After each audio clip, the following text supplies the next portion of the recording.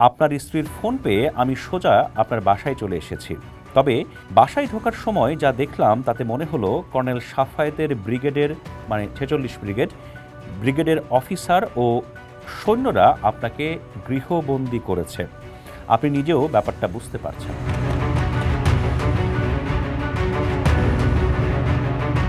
বাংলাদেশের রাজনৈতিক এবং সামরিক ইতিহাসের প্রতি আমার একটু আগ্রহ আছে। আমি যখন ঢাকা বিশ্ববিদ্যালয়ে পড়তাম তখনই আমি এই সংক্রান্ত নানা বই পড়ার চেষ্টা করেছিলাম এবং পরবর্তী সময়ে যখন আসলে বাংলাদেশের রাজনৈতিক এবং সামরিক ইতিহাস সম্পর্কে ভালো কিছু প্রকাশনা বেরিয়েছে, বই বেরিয়েছে, সেগুলো আসলে আমি খুব মনোযোগ দিয়ে পড়ার চেষ্টা করতাম। এবং আমরা সবাই জানি যে বাংলাদেশের রাজনৈতিক এবং সামরিক ইতিহাসের একটা বড় পর্ব হচ্ছে ১৯৭৫ সাল।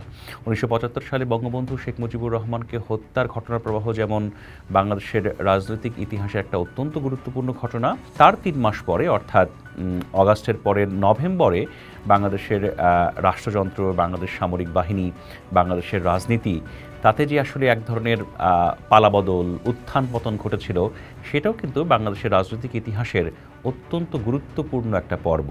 আমি আপনাদের ছোট্ট করে বলি যে দেখেন, বাংলাদেশের রাজনৈতিক ইতিহাসে নভেম্বর মাসটা যখন আসে তখন কিন্তু এই নভেম্বর মাসের দুটো দিন, বিশেষ করে ৩ নভেম্বর এবং ৭ নভেম্বর, এই দুটো দিনকে কিন্তু রাজনৈতিক পক্ষগুলো বিভিন্ন নামে আপনার পালন করে বা উদযাপন করে। যেমন জাসদ বলতে চাই আনফিনিশড রেভলিউশন, তার মানে হচ্ছে অসমাপ্ত বিপ্লব। আবার বিএনপির জন্য এটা হচ্ছে বিপ্লব ও সংহতি দিবস ৭ নভেম্বর।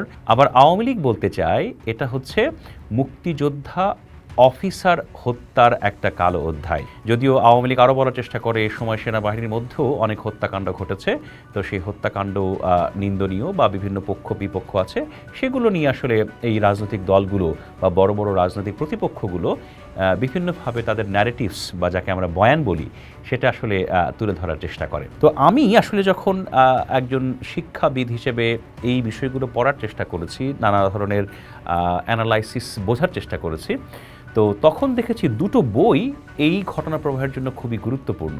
আমি একটা বই আপনাদের হাতে সামনে দেখাই। এই বইটা লিখেছেন মেজর জেনারেল মইনুল হোসেন চৌধুরী বীর বিক্রম। এই বইটির নাম হচ্ছে এক জেনারেলের নীরব সাক্ষ্য, স্বাধীনতার প্রথম দশক। আমার কাছে এই বইটা ছোট্ট চিকন বই, কিন্তু এই বইটা আমার কাছে খুব যথাযথ বলে মনে হয়েছে। ধরেন যখন আপনি রাজনৈতিক ইতিহাস, সামরিক ইতিহাস লিখবেন, তখন আসলে কেউ না কেউ কারো না কারো পক্ষ নিয়ে ফেলেন, কিন্তু আমার কাছে মনে হয়েছে বিভিন্ন বই পড়ার পরে যে এখানে যেভাবে বর্ণনা করা আছে ৭৫-এর এই ধোঁয়াশাপূর্ণ ঘটনা প্রবাহ, ৭৫-এর এই কুয়াশাচ্ছন্ন ঘটনা প্রবাহ, বা ৭৫ সালের এই পরস্পর বিরোধী নানা বয়ানের যে ঘটনা প্রবাহ, এই ঘটনা প্রবাহকে অন্যরা যেভাবে ব্যাখ্যা করেছেন তার তুলনায় এই ভদ্রলোক মেজর জেনারেল মইনুল হোসেন চৌধুরী বীর বিক্রম, তিনি আসলে অত্যন্ত যথাযথভাবে ৭৫-এর ঘটনা প্রবাহকে তুলে ধরেছেন এই গ্রন্থে। আরেকটি বই আমি আপনাদের সামনে একটু দেখাই, এই বইটাও খুব গুরুত্বপূর্ণ। এই বইও দুর্দান্তভাবে ৭৫-এর ঘটনা প্রবাহ আপনার তুলে ধরা আছে, বিশেষ করে নভেম্বরের ঘটনা প্রবাহ। এই বইটির নাম হচ্ছে সৈনিক জীবন, গৌরবের ৭১, রক্তাক্ত ৭৫। এই বইটি লিখেছেন হাফিজ উদ্দিন আহমেদ বীর বিক্রম।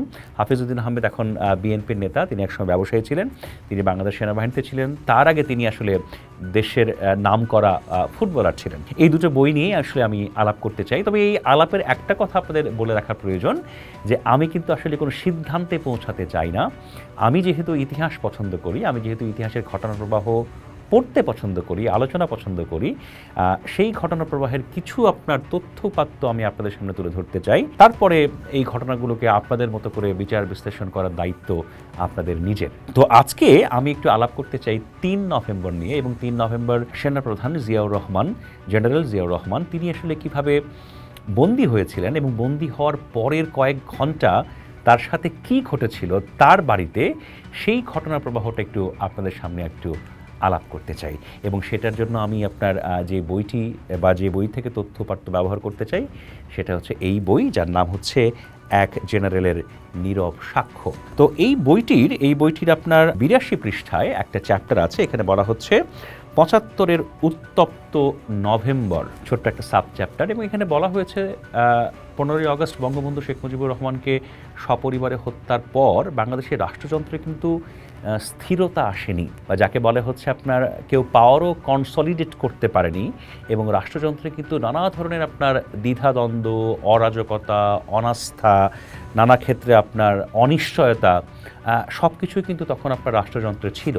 যারা আসলে ঢাকার ব্রিগেড কমান্ডার সাফায়েত জামিলের কমান্ডকে অগ্রাহ্য করে যারা আপনার বঙ্গভবন থেকে আপনার দেশ পরিচালনার সাথে যুক্ত ছিলেন, তাদেরকেও কিন্তু সেনা কমান্ডে ফেরত নিয়ে আসার ব্যাপারে নানা ধরনের তৎপরতা ছিল, নানা ধরনের কিন্তু আলাপ আলোচনা ছিল। তো সেই প্রেক্ষাপটে বলা যায় তখনকার সময়টা কিন্তু, অর্থাৎ 15ই আগস্ট থেকে নভেম্বরের 3 তারিখ পর্যন্ত কিন্তু বাংলাদেশের রাষ্ট্রযন্ত্রের অবস্থা কিন্তু খুব একটা স্থিতিশীল, সহনীয় বা ভালো ছিল না, এবং অনেকেই নানা ধরনের পরিবর্তনের জন্য চেষ্টা করছিলেন। তখন জাসদ রাজনৈতিক দল হিসেবে আপনার সংগঠিত ছিল, সেনাবাহিনীর মধ্যেও অনেকগুলো পক্ষ ছিল।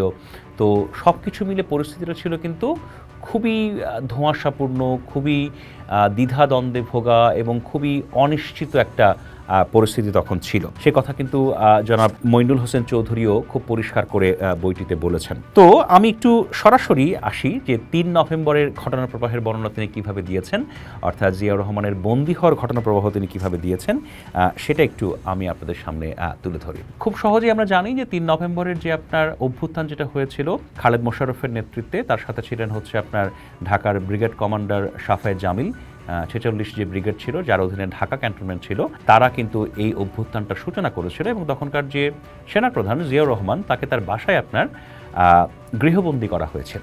সেই গৃহবন্দী করার পরিস্থিতি এবং তারপরের কয়েক ঘন্টার সবচেয়ে গুরুত্বপূর্ণ শ্বাসরুদ্ধকর যে পরিস্থিতি, সেই পরিস্থিতির বর্ণনা একটু আমি আপনাদেরকে দিতে চাই।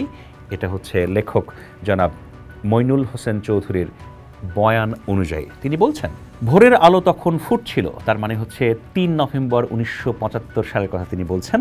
আমি লাঠিতে ভর করে সেনাপ্রধানের বাড়িতে প্রবেশ করি। হাবিলদার জাকির আমার সঙ্গে গেট পর্যন্ত এসে আমার বাড়িতে ফেরত যায়। আমি সেনাপ্রধানের বাড়ির সামনে গিয়ে ক্যাপ্টেন তাজকে স্টেনগান হাতে পায়চারি করতে দেখি। আমাকে দেখে সে সেখান থেকে সরে যায়। বাড়ির গেটে তালা ঝুলানো ছিল এবং প্রথম ইস্ট বেঙ্গলের একজন জেসিও দাঁড়িয়েছিল। এছাড়া সেনাপ্রধানের এডিসি ক্যাপ্টেন জিল্লুর বেসামরিক পোশাক পরে বাইরের গার্ডরুমে বসে আছে। উল্লেখ্য, ক্যাপ্টেন তাজ ও উক্ত জেসিও এবং ক্যাপ্টেন জিল্লুর এরা সবাই আমার অধীনে ছিল। এছাড়া স্বাধীনতা যুদ্ধের পরে আমি এদের ব্রিগেড অধিনায়ক ছিলাম। ব্যক্তিগতভাবে তারা সবাই আমাকে চেনে।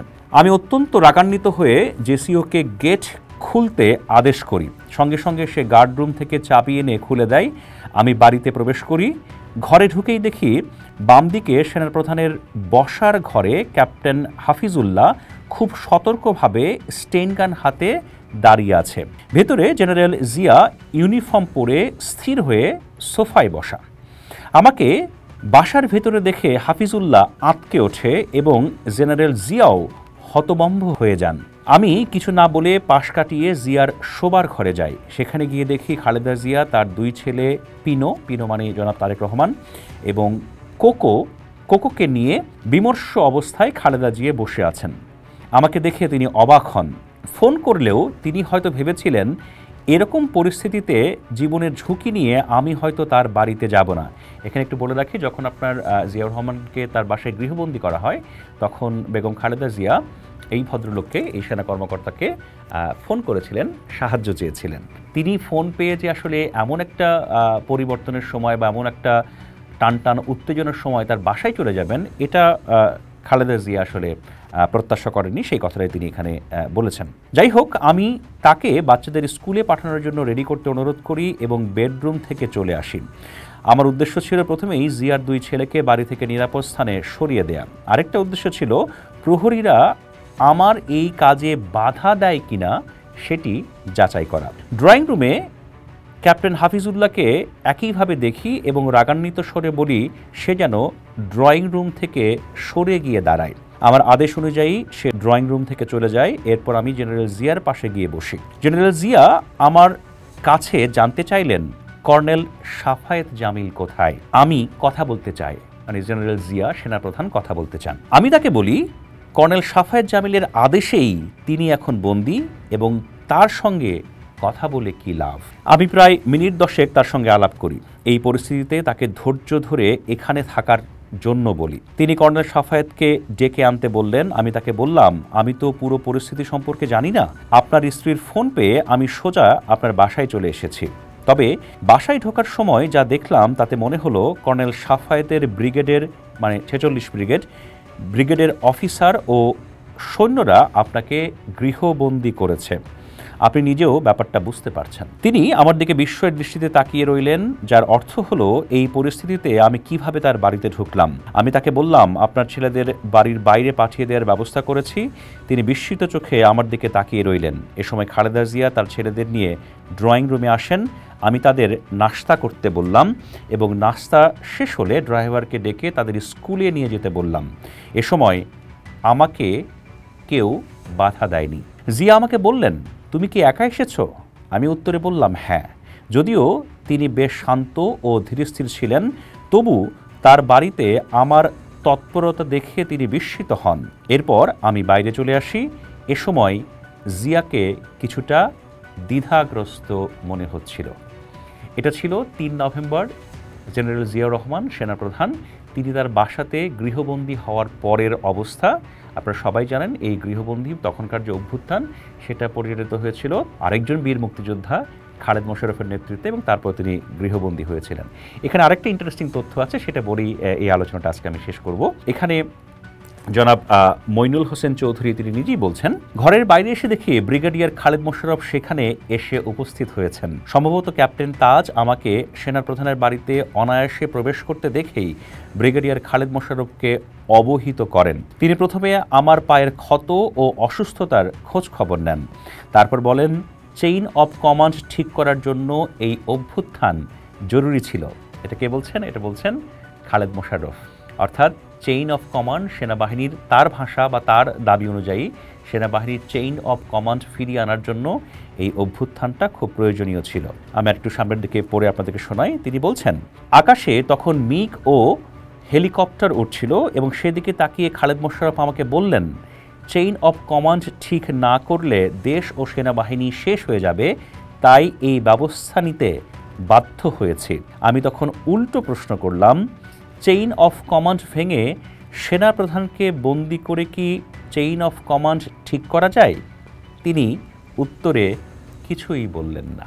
এই লাইনটা খুব গুরুত্বপূর্ণ। হ্যাঁ, যারা আসলে বাংলাদেশের ইতিহাস পড়েন, সামরিক ইতিহাস পড়েন, তারা জানেন যে এই প্রশ্নটা সত্যিই খুব গুরুত্বপূর্ণ ছিল, যে যারা হয়তো সেনাবাহিনীর চেইন অফ কমান্ডে না থেকে বঙ্গভবনে থেকে আপনার দেশ পরিচালনায় নানা ধরনের আপনার ভূমিকা রাখছিল, তাদেরকে চেইন অফ কমান্ডে আনার জন্য তখনকার সেনাপ্রধানকে বন্দি করে চেইন অফ কমান্ড প্রতিষ্ঠা করা যায় কিনা বা সেটা যুক্তিযুক্ত পদক্ষেপ ছিল কিনা, সেটা নিয়ে হয়তো সামরিক বিশ্লেষকরা ভালো বলতে পারবেন, ভালো ব্যাখ্যা দিতে পারবেন। কিন্তু এই লাইনটা আসলেই খুব গুরুত্বপূর্ণ আমার কাছে মনে হয়েছে বাংলাদেশের সামরিক ইতিহাসে। এটাই ছিল আসলে সেই ঘটনা প্রবাহ 3 নভেম্বরের, যে 3 নভেম্বরের প্রথম প্রহরে জিয়াউর রহমান কোন প্রেক্ষাপটে কীভাবে গৃহবন্দী হলেন এবং গৃহবন্দী হওয়ার পরে আসলে তার সাথে কি ঘটেছিল। আমি বলবো যারা বাংলাদেশের সামরিক ইতিহাস পড়তে চান, জানতে চান এবং নানা দিক থেকে একটু নিরপেক্ষভাবে জানতে চান, বুঝতে চান, পড়তে চান বা পরবর্তীতে নানা কিছু ব্যাখ্যা করতে চান, তাদের কাছে এই গ্রন্থটি হতে পারে একটা অত্যন্ত গুরুত্বপূর্ণ সহায়ক। পোস্ট দেখুন, ভাবুন, করুন, থাকুন পোস্টের সাথে।